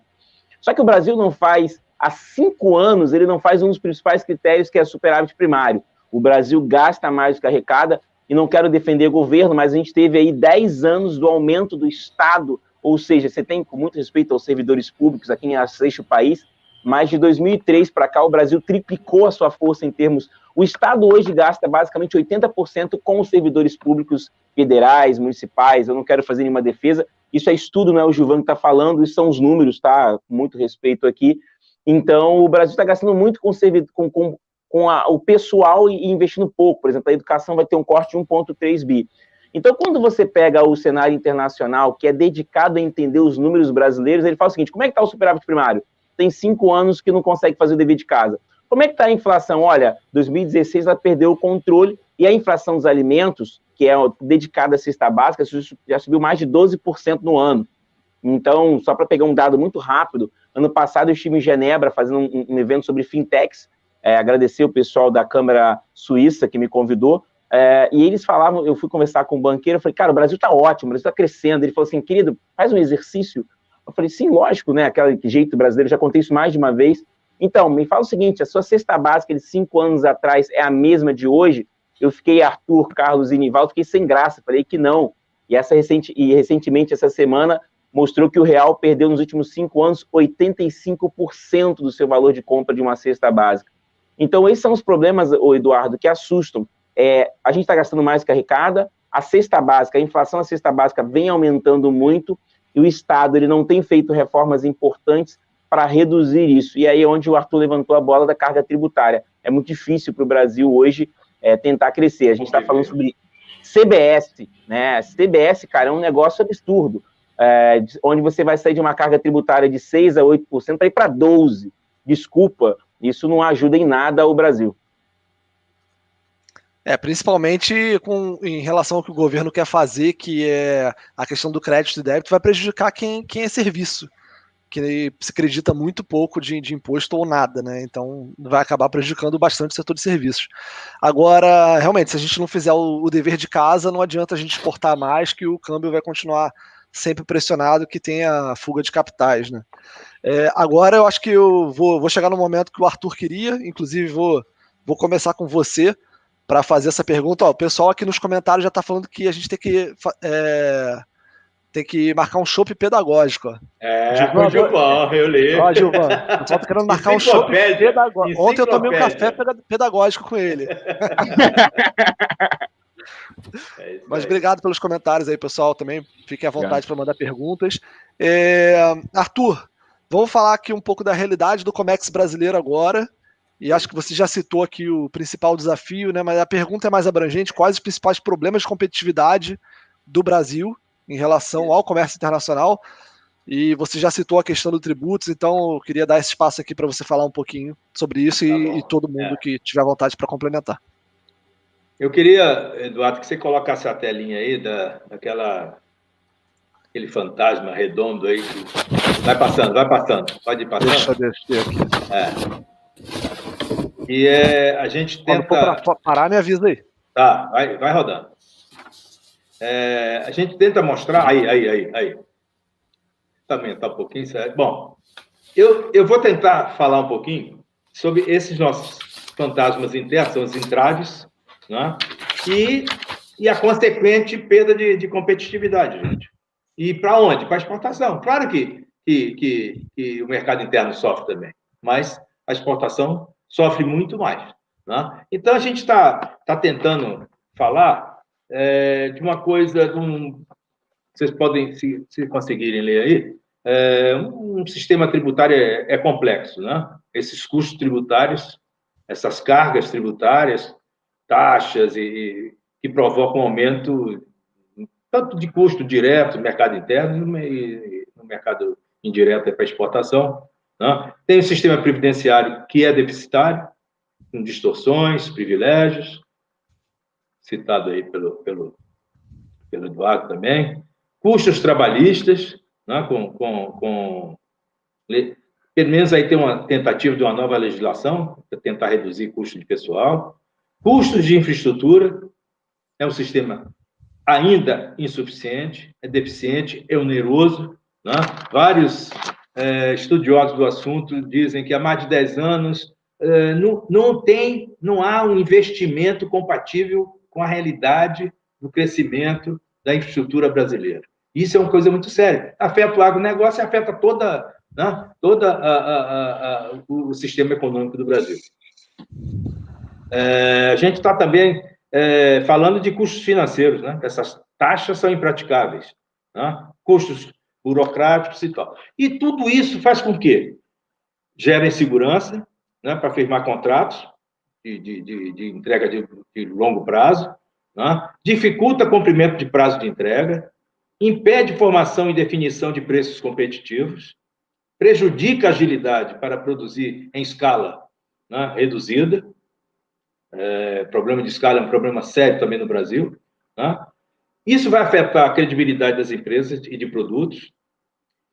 Na verdade, está excluindo o Brasil dessas cadeias globais de valor, provoca um cruel isolamento comercial do Brasil, lá fora, nas grandes competições internacionais, né, com os grandes players, né? Limita a nossa criação de cultura exportadora, que a gente luta há mais de 30 anos falando cultura exportadora, vamos botar a sementinha da cultura exportadora. Mas como? Se a gente faz todo o beabá, Sebrae, Apex, Banco do Brasil, Agricultura, todo mundo, mas chega na hora, cai na realidade. Custos, né? Não dá competitividade para quem quer, até para venda, porque vender no mercado interno hoje, ou exportar, gente, não tem mais muro divisório de mercado interno e mercado externo. Essa é a grande verdade. O mundo está aqui dentro e nós queremos ficar lá fora também. Essa é a grande verdade, né? E isso induz o quê? As empresas começam a sair do mercado. Vai saindo. Aí, o êxodo é a grande paradoxo, não é, que a gente vive. E para a gente vencer isso, o que a gente tem que fazer? Realizar reformas. Vocês estavam falando aí, né? Reforma trabalhista, reforma previdenciária, tributária, administrativa, rever o peso do Estado, né? Tentar atrair novos investimentos, né? Tentar olhar lá fora e com mais inteligência nesses acordos de facilitação do comércio, né? Para botar mais participação do Brasil, né? E aí, como o Carlos falou, poxa, não sei quantos campos para preencher, guia de exportação, RE, não sei o quê, Agora não, tem um portal único lá, não sei o quê, vai facilitar muito a vida. Então, essa inauguração do portal reduz custo? Reduz, tem lá os números, que eu não vou declarar número, mas reduz custo, né? Temos aí a preocupação com o reintegra. Vai ficar em quê? Vai ficar 3%, 5%? Como é que fica? Mas 1% não dá, é uma discussão de todo mundo, tem que ter, né? Temos que ver como se faz melhoria de fatores de produtividade. Como é que o campo conseguiu isso? Tudo bem, tecnologia, mas a gente tem que fazer a mesma coisa nos outros setores da economia, Tá? A gente tem que aumentar a nossa competitividade, senão não chega. Tá? A gente tem que procurar avidamente novos mercados. E isso, o governo não sabe fazer. O governo não sabe vender. O governo não sabe exportar. O governo não sabe importar. Aí a brincadeira nossa aqui hoje, né? Exportar é o que importa, eu sou contra. O que interessa hoje não é superávit comercial. O que interessa hoje é a soma dos dois. É a corrente de comércio. E isso é que dá o CPF daquele país. Tá? É a corrente de comércio. A gente só vai crescer quando a nossa corrente de comércio crescer. Porque na hora que a gente está importando muito, a gente está importando o quê? Tecnologia lá dentro. A gente, se não absorver tecnologia, a gente não vai conseguir desenvolver novos produtos, novos processos. A gente precisa das duas vertentes. Tá? E tudo, Perfeito, Arthur. tá? E não, eu até queria fazer um adendo, né? Que a vida do importador é uma vida difícil aqui no Brasil. Herói. Porque além de ter diversos tributos na importação e tributos sobre tributos, né? Porque um compõe a base de cálculo do outro, o ICMS, todos os tributos compõem a base do ICMS, todos os custos, inclusive o próprio ICMS compõe sua própria base. Às vezes é difícil explicar isso, né? Como é que o imposto compõe a sua própria base, até a forma de calcular, tem que dividir por ele mesmo, enfim. E aí depois você quer distribuir esse produto pelo Brasil e você vender para outro estado é mais difícil que exportar, às vezes. Porque aí o estado tem substituição tributária, você tem que ver se o NCM, qual é a MVA da substituição tributária, se a forma de cálculo é por MVA ou é por... Tem outra forma de cálculo de ST, e ST é uma coisa difícil de entender, né? De você tentar explicar para alguém por que o governo quer recolher o imposto na origem da mercadoria e não quando efetivamente acontece o evento da venda. Efetivado é algo complicado. Tanto que, se eu não me engano, em 2014, um brasileiro, acho que foi Luciano Cabral, Luciano Cabral está aqui na nossa live, mas é um outro Luciano, imprimiu todo o Código Tributário brasileiro e concorreu no Guinness, né, como o maior livro do mundo. O livro pesava equivalente a 2 hipopótamos. Então daí você tem uma ideia, coitado do empresário ter que ler esse livro que pesa 2 hipopótamos. Brincadeira. Olha, Eduardo, só fazer eu concordo novamente, estou concordando com todo mundo, hoje a live está muito boa. Com o Arthur, quando ele fala a questão tributária no Brasil é muito complicado, e a gente começa a olhar pelo olhar do agronegócio, alguns estados flertando com acabar com a Lei Candir, querendo tributar exportação. Você já imaginou? O que você vai fazer com a soja, por exemplo? Você vai começar a exportar tributo? Né? Então, assim, o Estado... Quem começou a conversa foi Goiás, que começou essa conversa, apoiado por Minas Gerais. E, pelo amor de Deus, vai voltar a discutir o ICMS, e a discussão é singela, é subliminar, é porque tiraram o nosso poder. Fala sério, né? Então, assim, a gente tem que tomar muito cuidado com isso. O produto brasileiro, eu sou um fã do produto brasileiro, a cachaça, o café, o espumante, o vinho brasileiro, estão entre os melhores do mundo, já falei aqui, mas ele só não é mais valorizado ainda aqui no nosso país, porque ele é caro. A gente atende algumas cervejarias pela Apex aqui em Maringá e Londrina, e quando o cara coloca... Porque virou tudo boteco as cervejarias? Porque a partir do momento que ele coloca a cerveja numa garrafa, você tem que vender uma garrafa de cerveja por R$40, e daí o que vai acontecer? Não é verdade? Então, assim, a questão tributária realmente amarra o empresário brasileiro. A indústria... o industrial brasileiro, eu sou fã do produtor rural, mas o industrial brasileiro também é um grande super-herói, né? Porque o que a indústria passa também, que a questão tributária, é um assombro. Também era isso que eu queria só fazer uma verdade. Pura verdade, pura verdade. O ICMS é tão louco que até pouco tempo, 2 empresas... matriz e filial, entre elas, matriz, filial, ou filial matriz, ao transferir uma mercadoria de um estado para o outro, era obrigada a pagar ICMS. Isso foi decidido recente pelo STF. E a história começou com Mato Grosso e São Paulo, que o cara tinha 2 fazendas e transferiu os bois de Mato Grosso para São Paulo, e o estado do Mato Grosso queria cobrar ICMS. Fala, mas não é a mesma coisa? Não, mas é porque você começou aqui e vai vender lá. Mas não é venda, não tem mercancia. É o meu negócio, e o STF teve que intervir nisso. Isso é recente.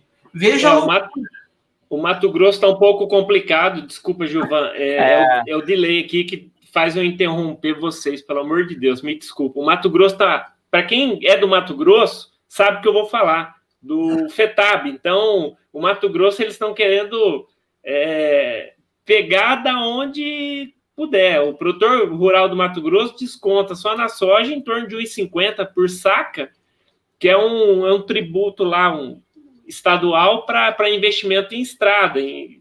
Ele começou a ser investido em estradas e depois a gente não sabe o que aconteceu. Então, assim, o Mato Grosso está complicado. O produtor rural, o empresário do Mato Grosso sabe o que eu estou falando. Gilvan.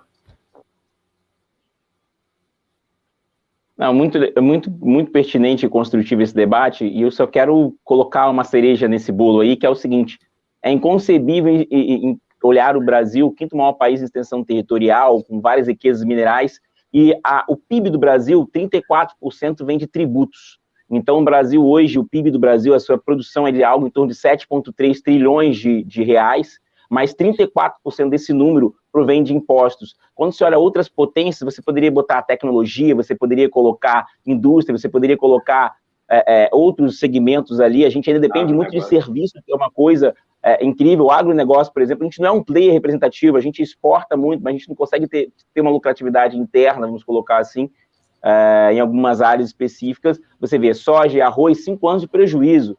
E aí vai ficar gravado, e vou falar aqui, daqui a pouco vão dizer que os produtores de arroz estão massacrando o país, estão destruindo a riqueza do país, são contra a construção nacional. Então, meu amigo, carrega lá 5 anos de prejuízo e vê se você fica aí.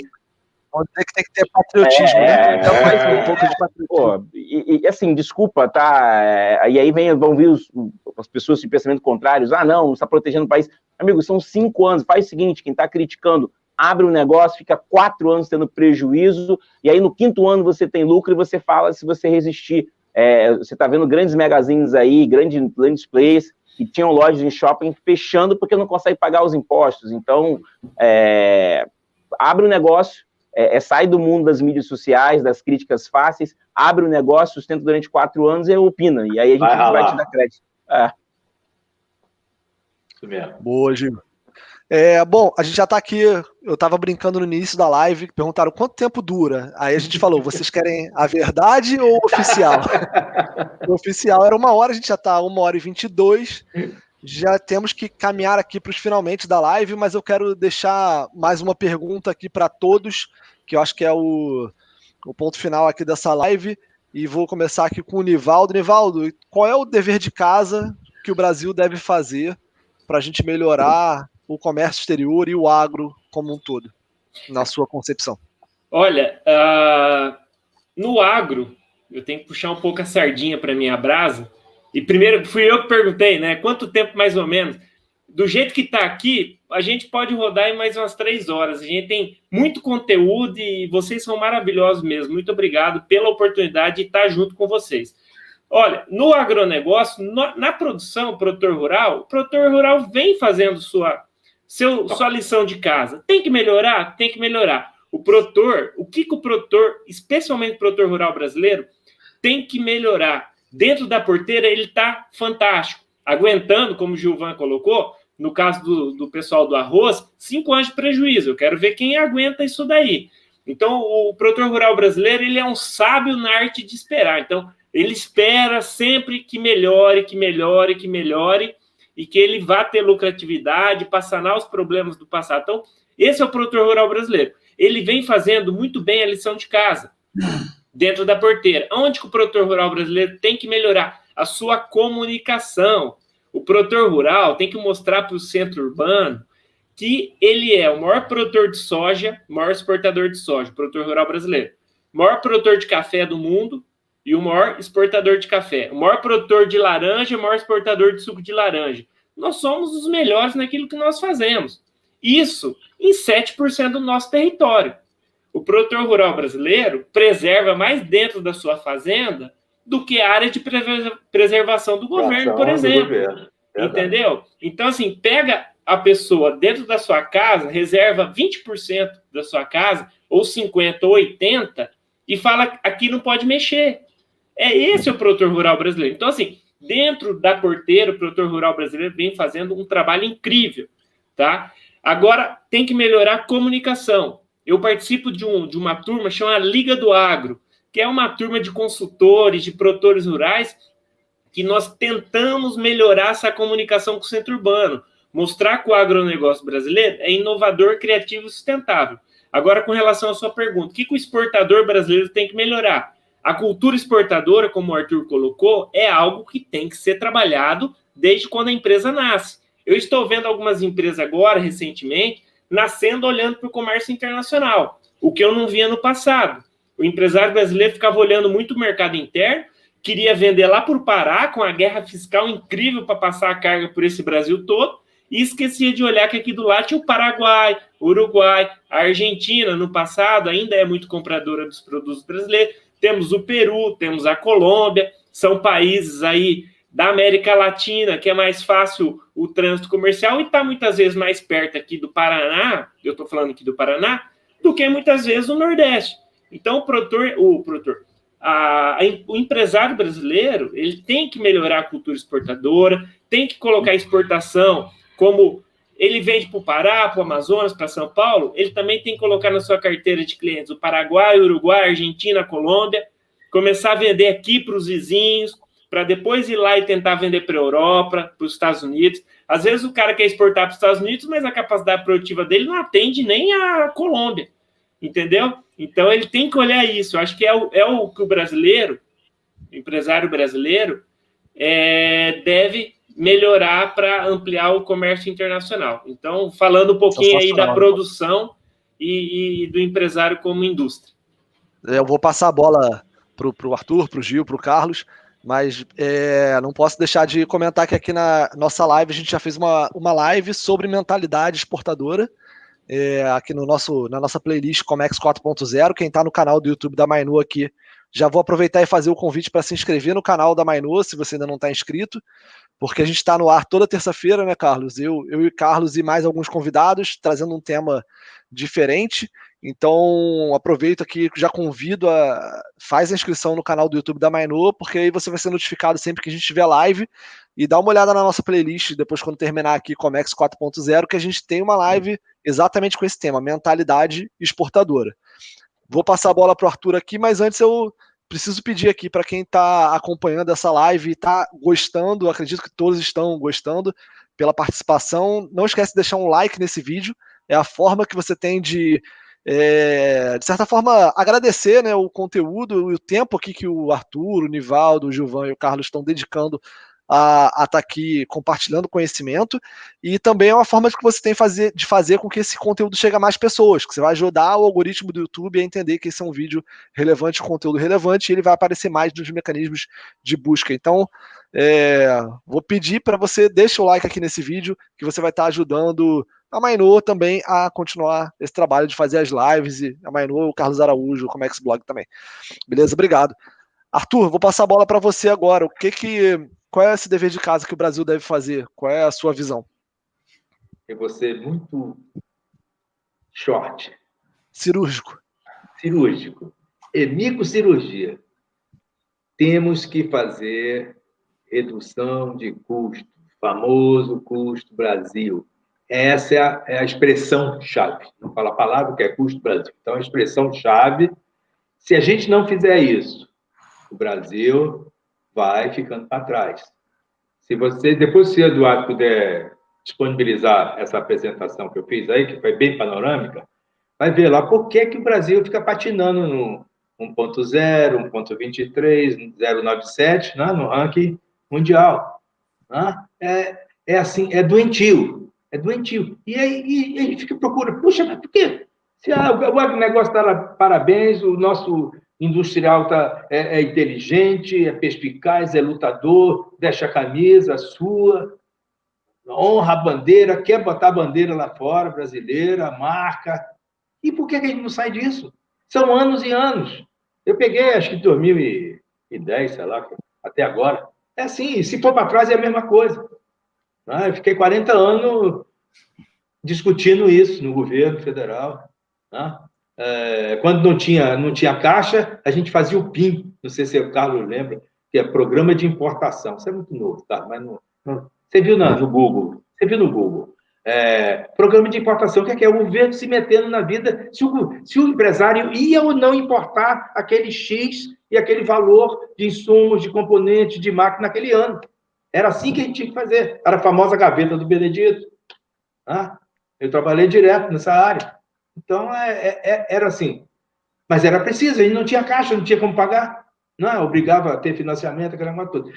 E, desde aquela época, era o famoso, custo Brasil, e a gente não consegue dissociar. Então, eu acho que a gente tem que fazer esse grande dever de casa. Eu acho que a EB vem fazendo isso, não é à toa que está aí com muito sacrifício, fazendo 50 anos, de luta. Se vocês agora a gente conseguiu botar o site de novo no ar, olha lá dentro do site lá o Quem Somos, a lista de atividades, de ações que a gente propôs para o governo, e grande parte as ações foram exitosas, para melhorar o comércio exterior brasileiro. Nós temos que fazer isso, senão a gente patina e vai continuar patinando. Tá? Então, é isso aí. Curto e aproveito, deixo aqui, quem quiser receber, ou já que o Arthur me autorizou, quem deixar o e-mail aqui nos comentários, eu me comprometo a mandar a apresentação. Isso. Ele me deu só uma pincelada aqui, eu tenho que dizer que essa apresentação tem mais de 40 páginas, então é quase um e-book. É só deixar o e-mail aqui nos comentários. É um exagerado. Eu mando. Obrigado, Arthur. E, Gil, o que você acha aí? Qual é a lição de casa que o Brasil deve fazer?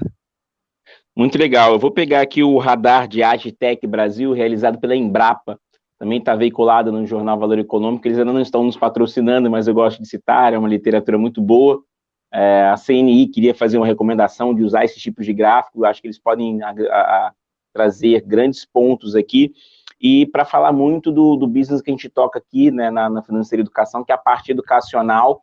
E a gente enxerga que o agronegócio brasileiro, durante muitos anos, ele utilizou um principal instrumento de captação de recursos, né, que eram as debêntures. As debêntures são títulos de dívida emitidos pelas companhias SA de capital aberto e também capital fechado. A gente agora mudou, a gente é uma escola, é uma hold de marcas educacionais, então a gente está com um nome que é o Financeira Educação SA, de capital fechado.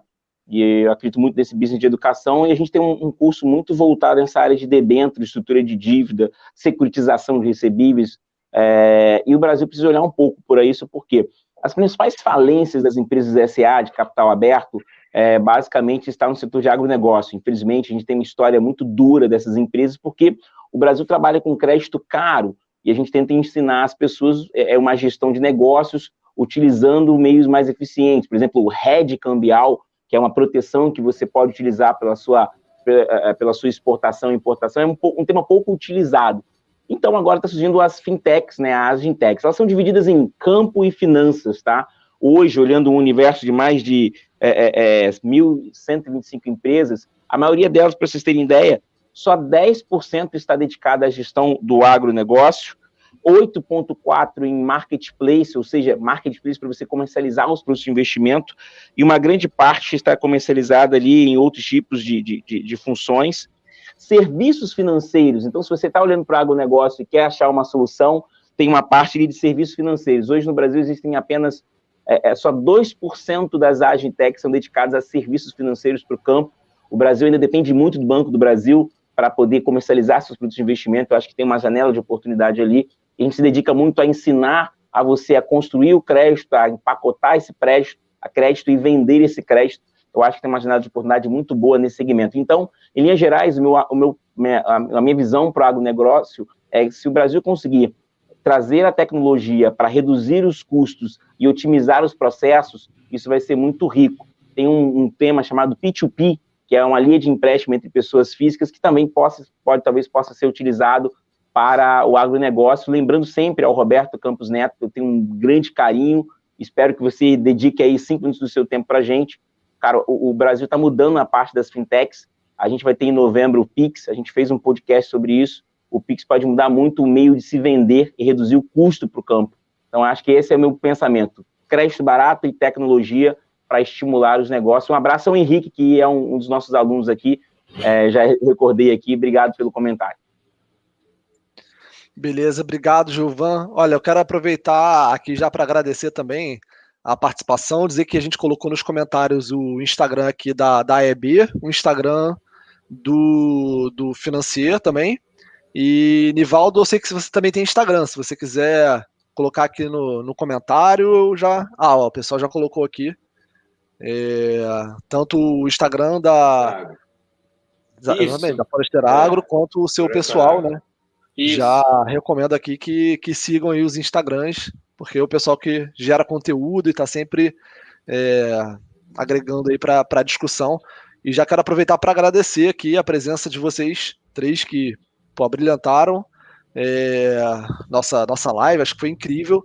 Carlos, quero agradecer também sua participação e te passar a palavra. Aí, o que você acha, qual a lição de casa que o Brasil deve fazer? A gente está vendo um processo de desburocratização intensa desde 2014. O Brasil assinou o Acordo de Facilitação Econômica em 2013, no meio de inúmeros problemas políticos, e a coisa manteve-se, foi ativa. O processo de desburocratização, criação do portal único, implementação e digitalização de documentos. Só com a criação e junção dos 22 órgãos diretamente ligados ao comércio exterior, o Brasil, em 2017, economizou 23 bilhões de reais só por não imprimir mais papel, fazer tudo por ali. E isso está num processo agora da importação, tem empresas testando, catálogo de produtos e tudo mais. Isso é uma revolução não só tecnológica, porque está todo mundo olhando só pela tecnologia, mas de processos. A gente está revisando todos os processos. Então, do lado do governo, acelerar esse processo e continuar chamando a iniciativa privada, principalmente entidades representativas, Procomex, AEB e várias outras que participam desse processo. Para o lado do empresário, o empresário precisa definitivamente entender que ele precisa criar a cultura exportadora. E isso é interno, não adianta só processo do governo. Eu conheço algumas pessoas da Apex e muitas vezes a grande dor dos monitores isso é de graça, isso é perfeito, isso é muito bom, e a empresa ainda não quer. Ou quando vem, não faz o dever de casa. Eu falo, para mim o erro está porque é de graça. Isso é a opinião do Carlos. Se fosse cobrado, participariam mais do projeto. Mas você que está vendo e ouvindo e quer participar desse projeto, o PIX é o primeiro caminho, um caminho excelente para isso. Agora, entre lá, mergulhe e entenda que o processo exportador é de longo prazo, não é mês que vem, não é no ciclo do PIX que você vai conseguir fazer tudo que você imagina. Você sai... E não é porque o dólar está a 5,40 ou a 5,50. Exatamente. E você também não pense que vai exportar produto. Se você não tiver inovação e as 3 ferramentas e os 3 pilares que o Eduardo falou em conjunto, seu produto está fadado a não dar certo. E, principalmente, se o seu produto não é bom no seu mercado, Minervini fala muito bem, Nicola Minervini fala, se o seu produto não está no melhor shopping da cidade, como é que você quer estar na Europa e nos Estados Unidos? Não dá. Então, isso envolve tecnologia, inovação, processo e, principalmente, eu deixei por último, tem que começar na cabeça. Tem que estar na cabeça. É o dono da empresa olhando e dizendo, isso vai funcionar. Se não for assim, não adianta projeto, não adianta tecnologia, não adianta dinheiro, não adianta dólar a R$10, que você nunca vai ser exportador. Perfeito, Carlos. Olha, obrigado por estar aqui mais uma terça-feira comigo. E eu também não posso deixar de dar minha opinião. Eu concordo com tudo que foi dito, estou igual o Nivaldo, concordando, mas eu tenho que endossar principalmente a questão da reforma tributária, que é muito necessária. Tanto que boa parte do trabalho que a gente tem na Mainô como software é lidar com toda a complexidade tributária e ajudar os nossos clientes a lidarem com essa complexidade, com uma base de informações gigante, cálculo de nota fiscal, cálculo de impostos, SPED fiscal. Então, assim, quando tudo isso for simplificado, vai ajudar muito até para a gente olhar, para ajudar mais na gestão, enfim, outros pontos que deveriam merecer mais atenção, né? Hoje a Mainô, ela precisa também focar muito na questão tributária para ajudar os nossos clientes a conseguir fazer as contas e lidar com a complexidade de forma um pouco mais simples, né? Tanto que eu e o Carlos, acho que a gente se identificou pelo propósito, né? Eu lembro que eu li no LinkedIn a primeira vez que eu vi o Carlos, que foi simplificar, desburocratizar o comércio exterior brasileiro. Eu falei, caramba, é exatamente isso que a gente faz também na Mainô, só que de formas diferentes, né? E aqui com software e o Carlos com consultoria. Então, acho que esse é um caminho importante para a gente seguir. Arthur, Gilvan e Nivaldo, muito obrigado. Deixar também aqui o pedido, sigam a Mainô no Instagram, @MainôSistemas, @ComexBlog também, o Carlos Araújo, todos os convidados aqui.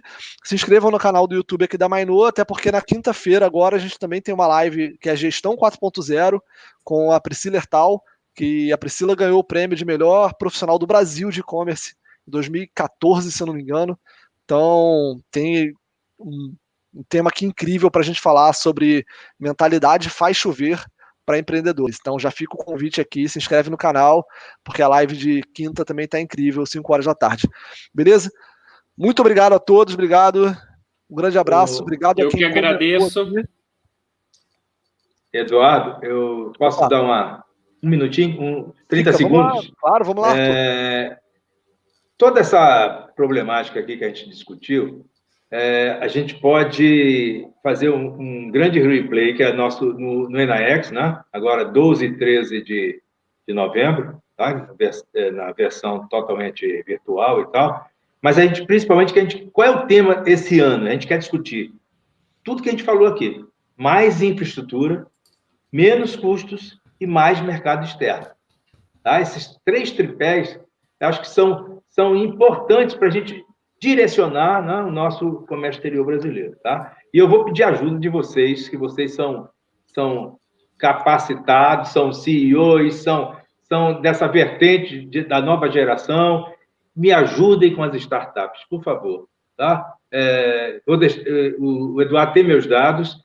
Por favor, vou pedir, se vocês puderem dar uma pré-selecionada, as que vocês conhecem, as de vocês, né, que a gente vai tentar dar uma funilada, porque o quanto maior o número dessa primeira versão do pavilhão em 2020, das startups, eu acho que o ano que vem, que a gente, com mais tempo, a gente vai aprimorar muito.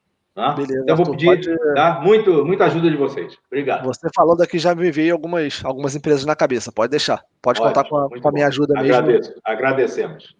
Obrigado, Arthur. Obrigado, Nivaldo. Obrigado a vocês. Obrigado, Carlos. Obrigado a todo mundo que acompanhou a live. Boa noite. Aqui com prazer muito grande conversar com vocês. Um abraço, pessoal. Obrigado. Grande abraço. Obrigado, Nivaldo. Carlos, Gilvan. Obrigado.